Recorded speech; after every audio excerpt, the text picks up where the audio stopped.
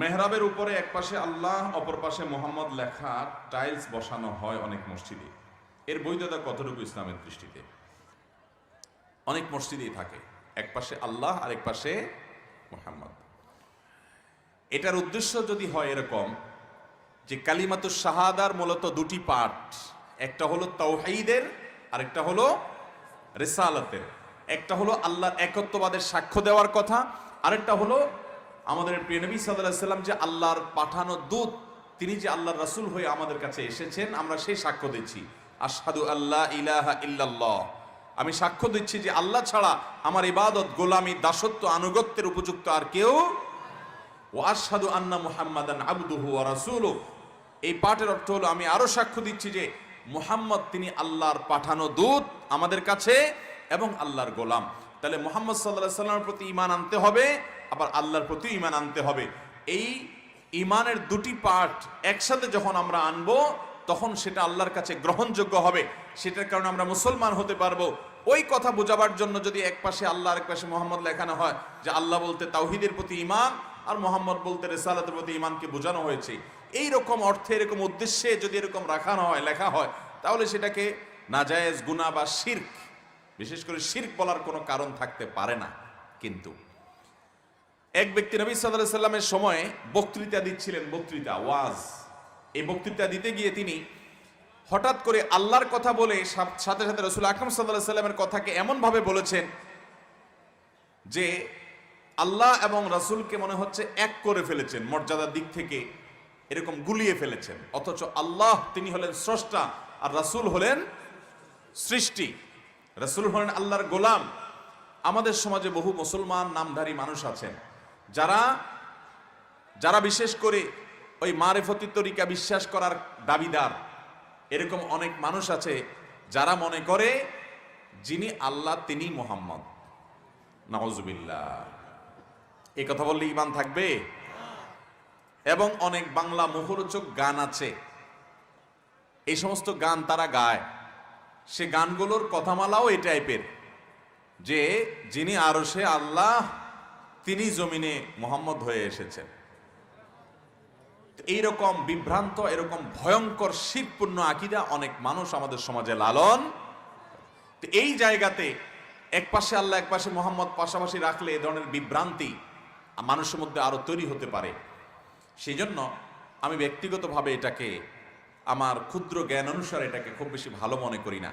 যেহেতু নবী সাল্লাল্লাহু আলাইহি সাল্লামের কাছে এক ব্যক্তি ওইরকম আল্লাহ এবং মুহাম্মদকে এমনভাবে উল্লেখ করেছে, পাশাপাশি মনে হচ্ছে যে দুই সত্তাই একই বা সমান মর্যাদার, নাউজুবিল্লাহ, তখন নবী সাল্লাল্লাহু আলাইহি সাল্লাম সাথে সাথে ওনাকে বললেন, বিইসাল খতীব আনতা, তুমি খুব নিকৃষ্ট বক্তা, আলোচক, তুমি কোনো ভালো আলোচক নয়, তুমি কোনো ভালো বক্তা নয়। কারণ নবী সাল্লাল্লাহু আলাইহি সাল্লামকে আল্লাহর সমপর্যায়ে নিয়ে গেছে।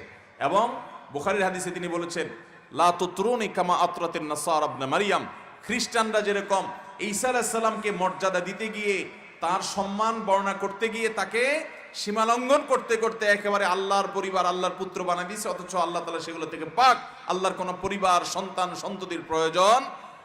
ওয়ালাম ইয়াকুল লাহু কুফুয়ান আহাদ, লাম ইয়ালিদ ওয়ালাম ইউলাদ, তিনি কাউকে জন্ম দেন নাই, অথচ ঈসা আলাইহিস সালামকে আল্লাহর পুত্র বলে, নাউজুবিল্লাহ, আল্লাহর শানে বেয়াদবি করেছে। এটা হলো ঈসা আলাইহিস সালামের মর্যাদা বেশি দিতে গিয়া। নবীজি সাল্লাল্লাহু আলাইহি সাল্লাম আমাদেরকে সাবধান করেছেন, খ্রিস্টানরা যেরকম ঈসা আলাইহিস সালামের মর্যাদা বেশি দিতে গিয়ে সীমা লঙ্ঘন করে ফেলেছে, খবরদার, তোমরা আমার মর্যাদা বর্ণনা করো, কিন্তু বর্ণনা করতে গিয়ে সীমা লঙ্ঘন করে আমাকে আল্লাহর পর্যায়ে নিয়ে যাবা না।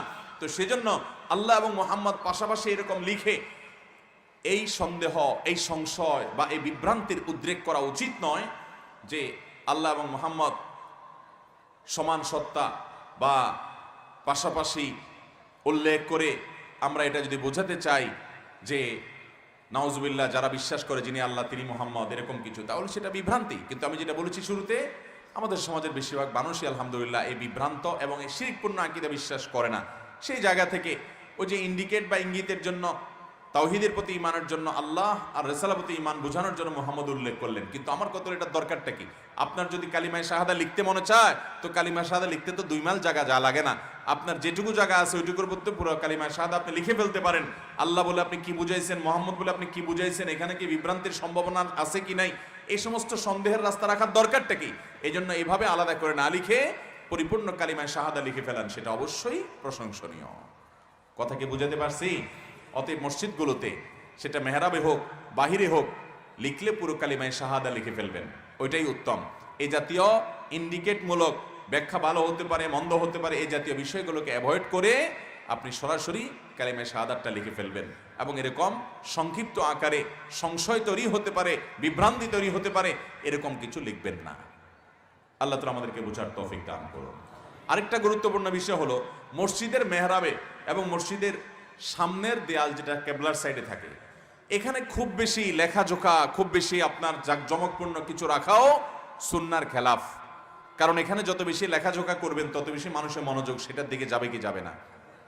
অতএব এটাকে যত সাদা মাঠা রাখা যায় তত ভালো। অনেক মসজিদ আছে যে মসজিদ কমিটিতে যারা আছেন তারা তো আসলে মসজিদের আদব, মসজিদের শিষ্টাচার, মসজিদের আহকাম, মসজিদের সম্মান কিভাবে হয় অসম্মান কিভাবে হয় এগুলো জানেনও না। ভক্তি করে মহব্বত করে ভালো উদ্দেশ্যেই মসজিদের সামনে এত কারুকার্য করেন, এত সাজসজ্জা করেন যে অতিরিক্ত সাজসজ্জার কারণে মুসল্লিদের নামাজের মধ্যে ওই শুধুমাত্র সাজসজ্জার দিকে মনোযোগ চলে যায়। নবী করিম সাল্লাল্লাহু আলাইহি সাল্লাম একবার একটা কাপড় তাকে দেয়া হলো নামাজ পড়ার জন্য। তিনি নামাজ পড়ার জন্য দাঁড়ালেন, সালাত আদায় করলেন। সালাত আদায় করার পর সালাম ফেরানোর পর বললেন, কে আমাকে এই কাপড় দিলা? এই কাপড়ে এত চাকচিক্য, এটার ভিতরে এত কারুকার্য যে আমার সালাতের মনোযোগ নষ্ট হয়ে কারুকার্যের দিকে মনোযোগ যাচ্ছিল। তখন ওই কাপড়টা সরিয়ে তাকে একটা সাদামাটা প্লেন কাপড় দেওয়া হলো। নবী রাসূলুল্লাহ সাল্লাল্লাহু আলাইহি ওয়াসাল্লাম সেই কাপড় পরলেন। আমরা তো এখন মক্কা যাই আর মদিনা যাই, জায়নামাজের মধ্যে কাবার ছবি, মসজিদে নববীর ছবি, আরো দুনিয়ার এটা সেটা এত কিছু থাকে যে নামাজের মধ্যে আমরা শুধুমাত্র ওইগুলোর দিকে মনোযোগ দেই। প্লেন জায়নামাজে আপনি যখন নামাজ পড়বেন, প্লেন জায়গাতে নামাজ পড়বেন, সামনে আপনার মনোযোগ নষ্ট হতে পারে এমন কিছু যদি না থাকে, তখন আপনি দেখবেন নামাজের মধ্যে এক রকমের অভূতপূর্ণ এক গাম্ভীর্য এসেছে, আল্লাহর প্রতি মনোযোগ এসেছে। আমরা সেটা বুঝি না। অতএব মসজিদের একেবারে সামনে চোখে পড়ে যায় নামাজের সময় এরকম সামনে তেমন কিছু খুব বেশি জিনিস চাকচিক্যপূর্ণ রাখা উচিত নয়, লেখাজোকাও অপ্রয়োজনে থাকা উচিত নয়। হ্যাঁ, অনেক উপরে আছে, দেখা যায় না নামাজে দাঁড়ালে, সেটা ভিন্ন কথা।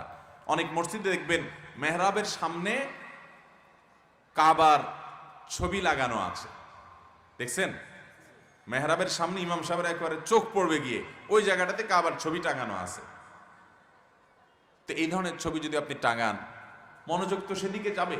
নামাজের মধ্যে আপনি যদি বাইতুল্লাহ নামাজ পড়েন, মক্কা শরীফে গিয়া মসজিদে হারামে গিয়ে যদি আপনি নামাজ পড়েন, তারপরও বাইতুল্লাহর দিকে তাকায় নামাজ পড়া নিষেধ, জায়েজ নাই। আপনি নামাজের মধ্যে সেজদার এরিয়াতে তাকাবেন, আপনি বাইতুল্লাহর দিকে সামনে তাকাবেন না, উপরের দিকে তাকিয়ে নামাজ পড়াও নিষেধ হাদিসে। সেখানে আপনার মসজিদের মেহরাবের সামনে একেবারে চোখ সামনে লাগে, সেখানে আপনি বড় করে বাইতুল্লাহর ছবি টাঙালেন আর জায়নামাজ নিয়ে আসলেন সেরকম ছবি আলা। এগুলা নামাজকে নষ্ট করে দিবে না, কিন্তু অনুত্তম কাজ। যত প্লেন জায়গাতে নামাজ পড়বেন দেখবেন যে আপনার নামাজের ভিতরে গাম্ভীর্য এসেছে। এমনি মনোযোগ ধরে রাখতে পারি না আমরা, এর মধ্যে যদি আবার নানা চাকচিক্য থাকে, নামাজে মনোযোগ থাকবে? আল্লাহ তাআলা আমাদেরকে বোঝার তৌফিক দান করুন।